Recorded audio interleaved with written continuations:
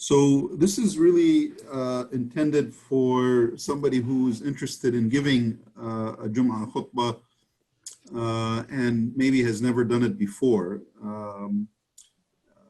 and or has seen many Friday khutbahs but maybe didn't pay attention to all the details. The first thing to note about the Friday prayer is that it is required. It can only be waived if there's an excuse.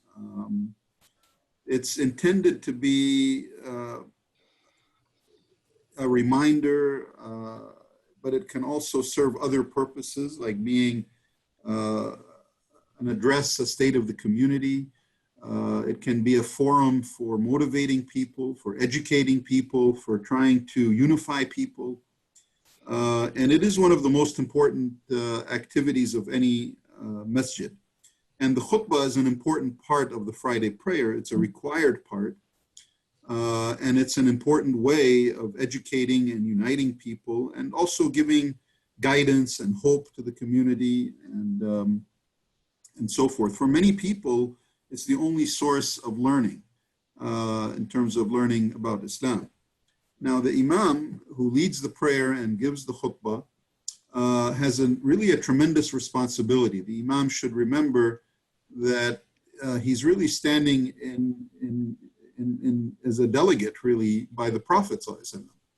When the Prophet was alive, he was the one who gave the Friday khutbahs, and the Sahaba after him would call it the minbar Rasulullah. This is the pulpit of Rasulullah, and you're standing there giving that kind of responsibility, which is pretty immense. Now, the imam should always be trying to educate himself, learning more about the Quran, learning more about Islam. The imam should be also an example and a model for the community because people look up to the imam. And it's also important for the imam to really be optimistic and kind of paint an image of the future and really discuss topics that people want to hear about. I'm sure some of you have been to Friday khutbahs where the imam talks about things that are completely irrelevant to our daily lives. And those are boring. People don't pay attention. They don't remember. And so choosing your topic is really the most difficult part of giving a Friday khutbah. I mean, the compendium of Islamic knowledge is immense. I mean, there is so much information. And choosing your topic is really important because you want to choose a topic that people want to hear about, that people can learn from, but at the same time, you don't want to be too controversial. The Friday khutbah is not really the time to be controversial. It's not that we should never discuss controversial topics. On the contrary, I think we often should. But in other forums, the Friday prayer is short. It doesn't really lend itself to lengthy explanations and all the ins and outs because controversy often involves a lot of explanations of different points of view. And you can't really do that in the short time that you have to give a khutbah. So it's better to avoid those kinds of topics. And it's important to avoid topics that cause divisions within a community. It's really, the Friday prayer should bring the community together. It's important to avoid complicated topics. I remember when I was young, I attended a Friday khutbah. It was a 45-minute khutbah, and the entire khutbah was dedicated to how we should dig the grave and the sunnah of how to dig the grave. I mean, it was so much detail, that just, and it wasn't the topic of the day. It's not like there was a death in the community or anything like that. It just seemed irrelevant. It seemed too nitty gritty. I've heard khutbahs where people talk about the detailed rules of inheritance and what happens if you have, a son and 3 daughters and 4 daughters and 2 sons, and what if there's more than one wife, and and it goes on and on, and it's not relevant. I mean, it's too complicated to give in 30 minutes. It's just too much information. And often people will leave confused. They don't even understand what you said. And so try to avoid those kinds of topics. Your topic should also be relevant to the issue of the day. So for example, if we're in Ramadan, you don't want to talk about Hajj. I mean, Hajj has its own season. You don't want to talk about Ramadan during the month of Safar. It's not relevant. There's no point to that. Really, if it is Ramadan, you do want to talk about topics that are relevant to Ramadan. The same goes for Hajj. It's important that you choose a topic that you believe in and that you feel strongly about, or something you feel upset about. It's okay to choose something that you feel needs to be corrected. But the key here is you have to have passion. Okay? If you talk about something that you yourself are disinterested in, your audience will sense that. And they will know that you're disinterested, and they will become disinterested. And it will be a boring affair. They can't wait till they get out, and that certainly will be a terrible thing. Now, how to give a good presentation. I'm not going to go through all this. By the way, this presentation I can email to anyone who wants to have it. But there are a lot of pointers on how to speak, how to stand up and speak in front of people. And this goes for a Friday khutbah or any other speech. But it's important that as the person giving the speech, to engage the audience, to look at them. They want to feel that you're talking to them, not looking at the ceiling or staring intently at your paper and never lifting your gaze. I mean, that's boring. People don't want to hear somebody like that. When there are certain points that you think are important, it's okay to raise your voice a little bit. And that brings people's attention to what you're saying. Now, for the khutbah, make sure you know your ayat. Okay, don't fumble, all right? Practice reading them before you get up and give a khutbah. Make sure you can read it smoothly and without any difficulty, that you pronounce the words correctly. You need to have a translation written down. Don't try to translate. If you're an Arabic speaker, don't try to translate off the cuff, because that's very dangerous in many ways. Number one, you won't convey the correct point. Number two, you're going to have a mental freeze when you're standing up in front of people. You're trying to compose yourself to speak publicly, and at the same time, trying to go through a language translation. It's not an easy thing. It's better to write it down ahead of time from an authentic source and stick to it. The same goes for hadith. Don't try to translate off the cuff, which is important for the next point. Be prepared. Don't write down your khutbah 10 minutes before it's due. It should be written days before. I mean, I've been giving khutbah now for almost 20 years. And I mean, I started when I was in college. And till this day, I don't prepare the day before. I prepare a week before, roughly. Because anytime you write something and you sit on it and go back a few days later to review it, you will see some errors that you made, or some ideas will come to you that are different. There's a different perspective. And that's really important. It's important that you speak from the heart. People can tell. People are very smart and very intelligent when they listen to a speaker. They can tell when you're lying. They can tell when you're not sincere. They can tell when you're not genuine. They can tell when you are passionate and when you're speaking from your heart. Practice. I've been doing this for 20 years, and until this day, I never stand up and give a khutbah unless I've practiced it before. Not once have I stood up. I mean, I've given impromptu speeches, but very few and far between. I usually practice. Now, I will admit to you that sometimes I practice 10 minutes before I have to stand up because I don't have time, and I've become, accustomed to giving khutbah, so it's easier for me. But I will tell you, in the beginning, I practiced sometimes for a week, 3, 4, 5 times. I would stand in front of a mirror and look at myself giving it. I would gather my wife and kids and have them listen to me if they're willing. Be aware of the audience. Sometimes if you're in a place and it's it's raining and, people have to get home and there's traffic, don't make it too long. You make your khutbah versatile so you can shorten it if necessary.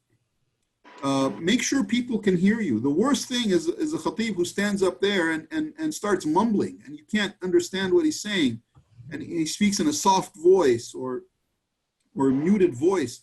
Speak clearly into the microphone.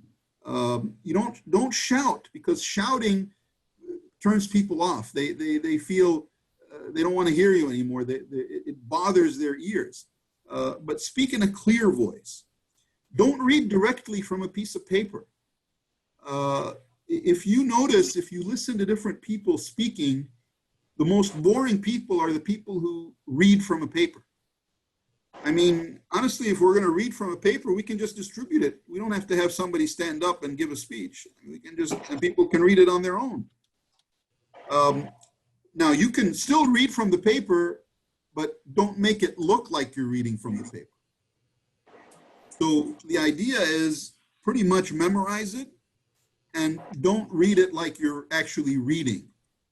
Speak like you're actually talking to somebody. It's okay to glance at your paper because you need to read the ayat, make sure you don't make a mistake.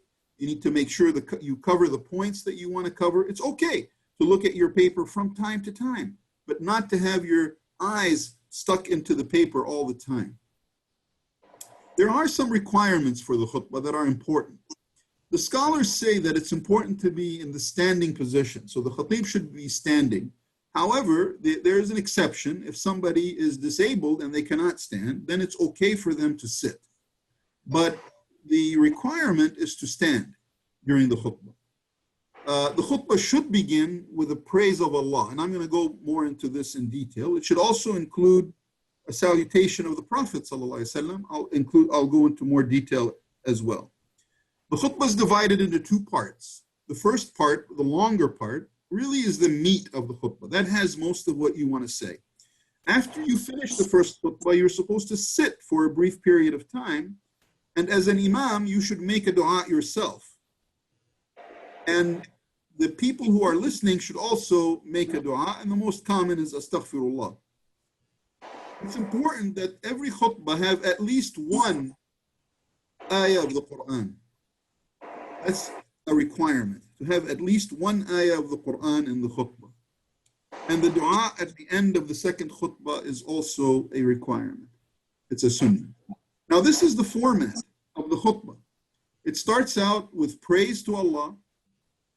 You should say the shahada. We are Muslims. We should declare our faith at the start of our khutbah. And I think that's an important and distinctive issue in an Islamic khutbah, and the Prophet ﷺ did that. Invoke the blessings upon the Prophet ﷺ, then give your khutbah. There's a specific way to end the first khutbah. Then you sit down between the two khutbahs. Then there's a specific way to start the second khutbah. Then there's the second khutbah itself, which is shorter. And then there's the end of the second khutbah, which is usually the dua. And then after that is the prayer. So I'm going to go through each one of these in some detail. So before you actually begin speaking into the microphone, you should begin everything as you do, which is to seek refuge in Allah from the shaitan. Say, A'udhu billahi minash shaitan rajim. Bismillahir Rahmanir Rahim. In the name of Allah, the most gracious, the most merciful. Start out quietly. You don't say that into the microphone because the Prophet ﷺ did not do that. But what he did speak loudly, he started out by praising Allah. And I put here an example, and I wrote it in Arabic transliteration. Alhamdulillah, nahmaduhu, wa nasta'inuhu, wa nastaghfiruh. And there are different variations, but this is a fairly common variation that people use. There's a translation of it here. It includes the shahada. It includes the blessings upon the Prophet ﷺ. And it's important to start the khutbah. This is a sunnah of starting the first khutbah. Then the khutbah itself. This is really the bulk of your message. Now, it's important that your bottom line message should only be 1 or 2 points. One of the worst khutbahs you can ever listen to is someone who has 25 different items they want you to remember. I mean, nobody does that. Nobody can remember that. It's too confusing. It's too complicated. It's also very bad for a khutbah to have no point. Many times you have people go up and they start saying things that are totally irrelevant. They go on tangents. You know, they read an ayah of the Quran and then they get hung up on one word. Then they start telling you the historical context of that word. And then within that, they mention some Sahabi. Then they tell you about his life. And then within his life, he fought some battle. And suddenly they go on to the battle. And you're thinking, what is the topic here? I mean, we keep jumping from one thing to another. It's in English, that's called tangential. You know, you're just moving from one thing. That makes no sense. But unfortunately, many people fall into that trap. And it's a dangerous trap. It may show that you have immense knowledge, but that's not the point. You're not there to display your knowledge. You're there to convey a point or 2 points maximum. I actually think 3 points is too much. I mean, most people won't remember the third point. Avoid an overly academic discussion. Okay, I've heard khutbahs like this. Imam Abu Hanifa said this, and his student Abu Yusuf said this, and this was their reasoning, and then someone criticized them and they said this, and his Shafi'i said that, and his student said that, and then Malik criticized him, and they go on, and it's this in-depth academic discussion that nobody really wants to hear. I mean, the people sitting there are not students in a classroom. They don't want to hear all of this. Okay, they're not going to be taking a test. So just avoid all of that. Give the bottom line. Give really the meat of what you want to say. Be practical. Give people things they can use in their life. That's really important. Make sure you don't insult anybody. And this can happen sometimes even with very good intentions. So be very, very, very, very careful. How the topics you choose, how you discuss them.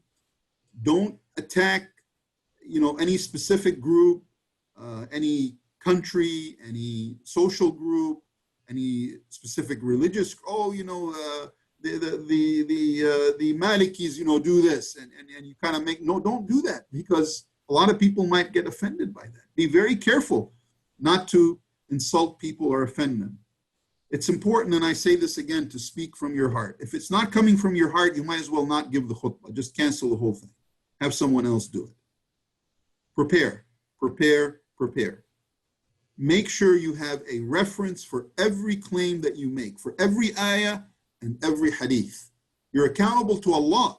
This isn't just accountable. People are not going to come and ask you what's the reference. Very rarely happens. But Allah is watching you and listening to you.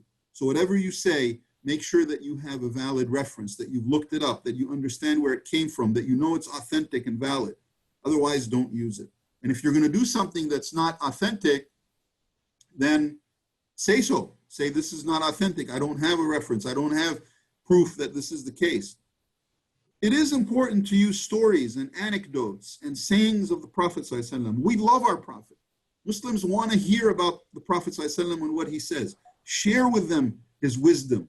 People remember stories and anecdotes more than they remember a list of different facts or a list of different suggestions. And so it's important that you incorporate stories and anecdotes that drive home the point.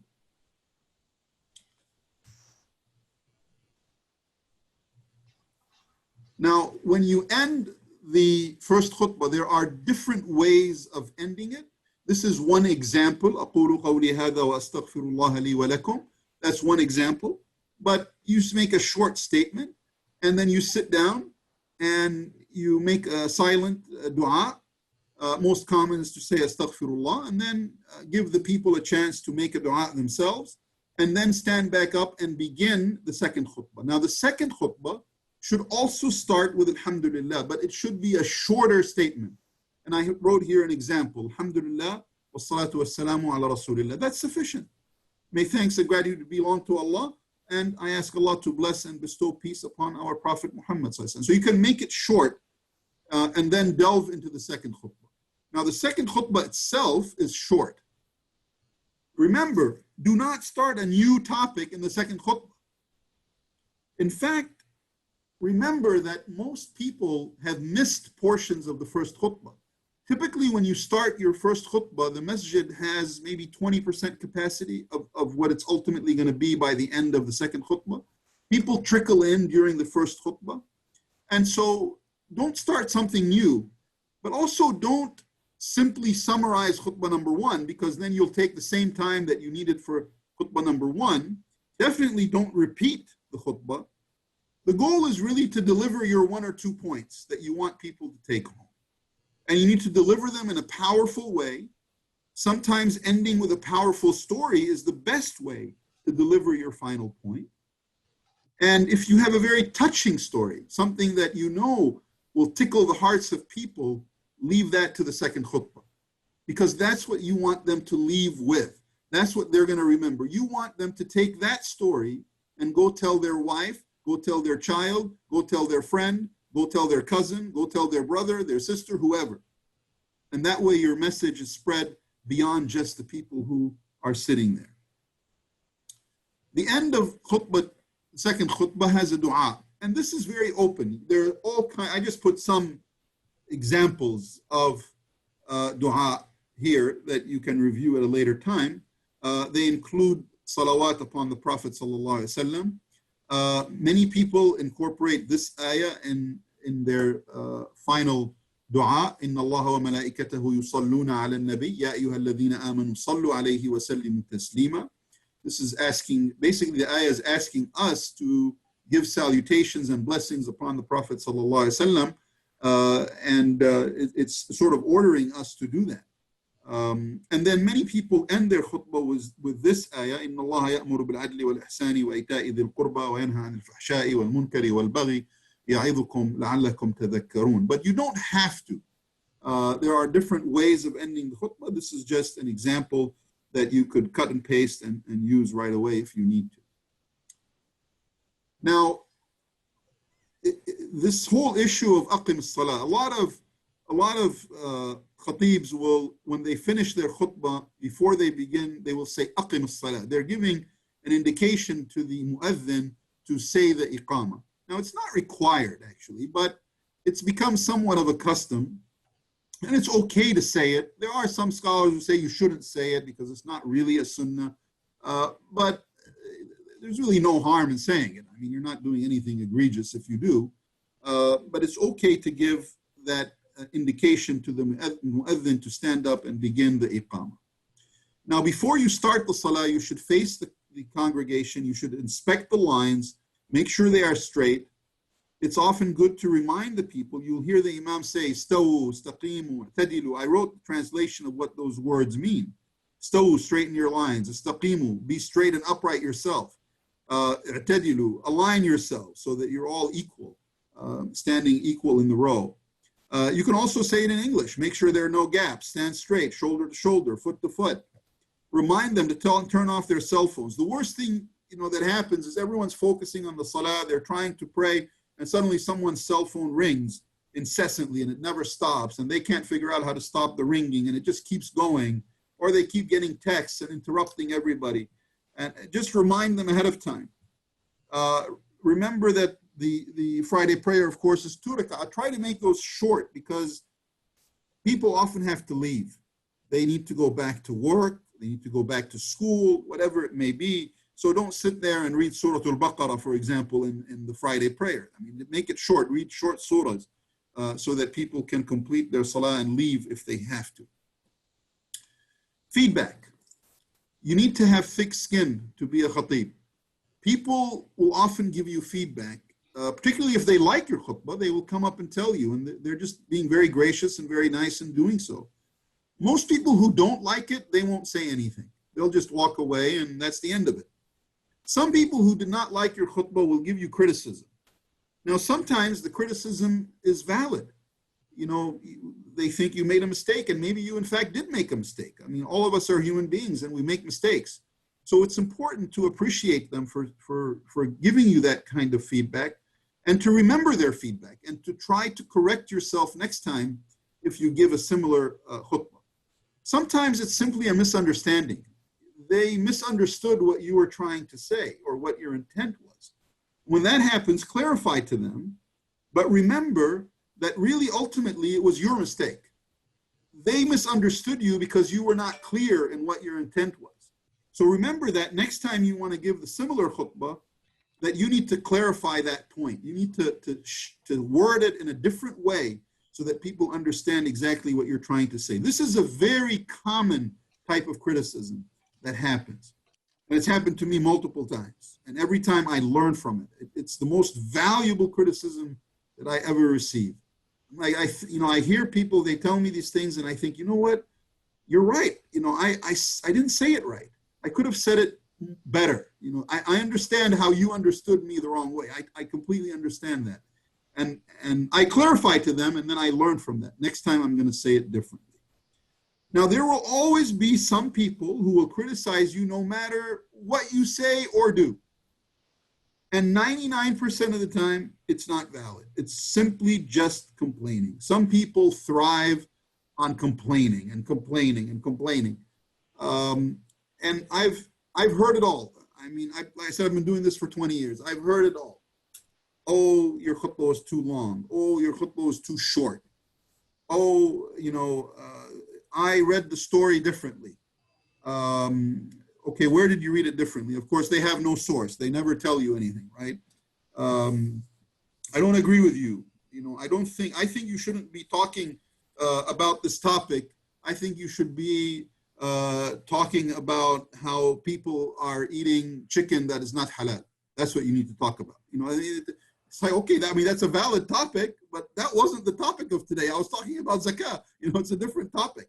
But they just are not happy. They don't want to hear about zakah. That day they came in and they were hoping to hear about halal meat. And it's like, that's not the topic of the day. And they're upset. It's okay.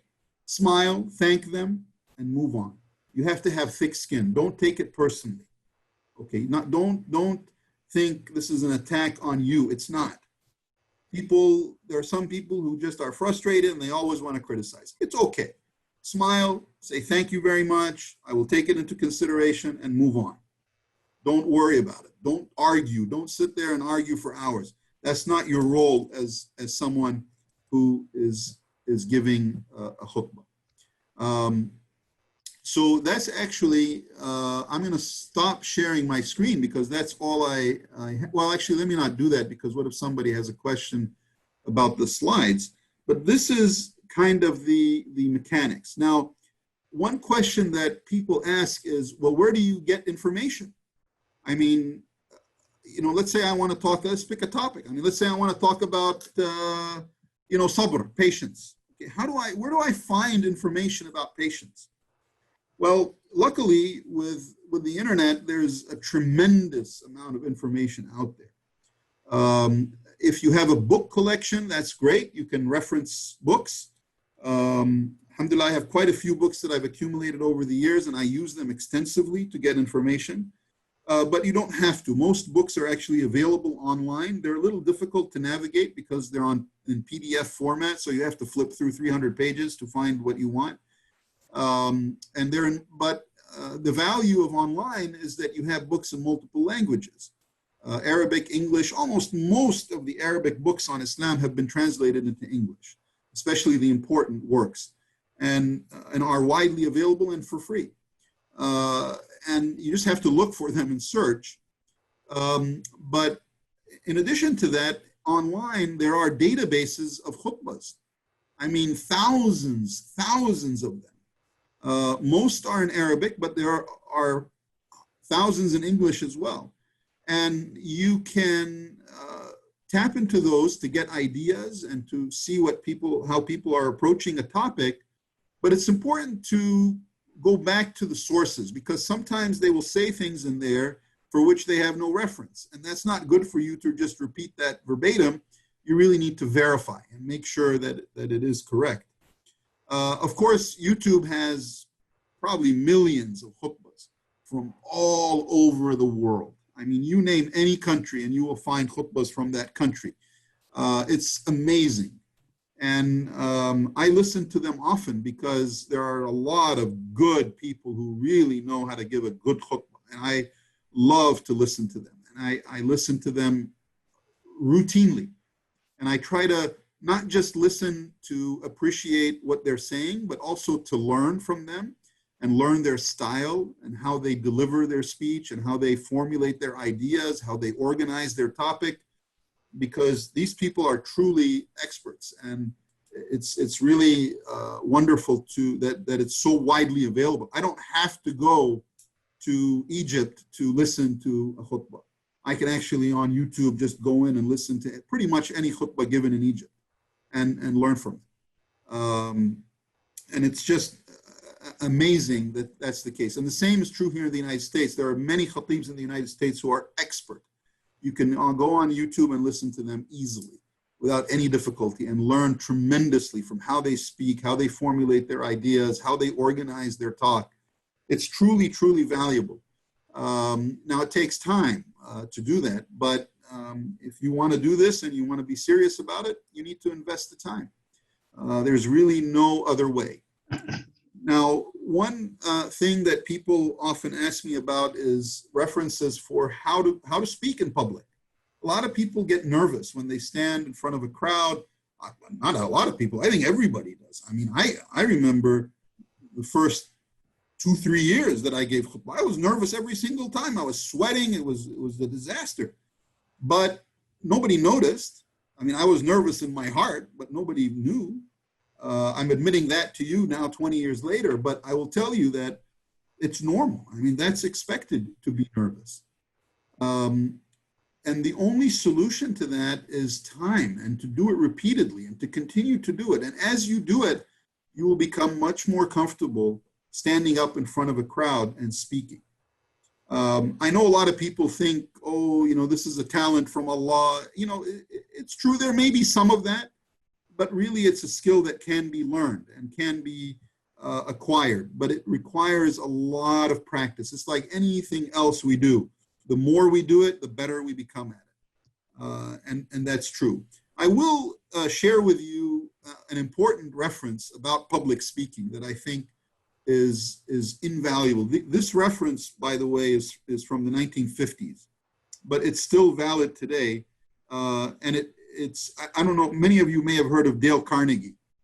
Dale Carnegie was a writer and a speaker. And he actually has a whole institute, Carnegie Institute.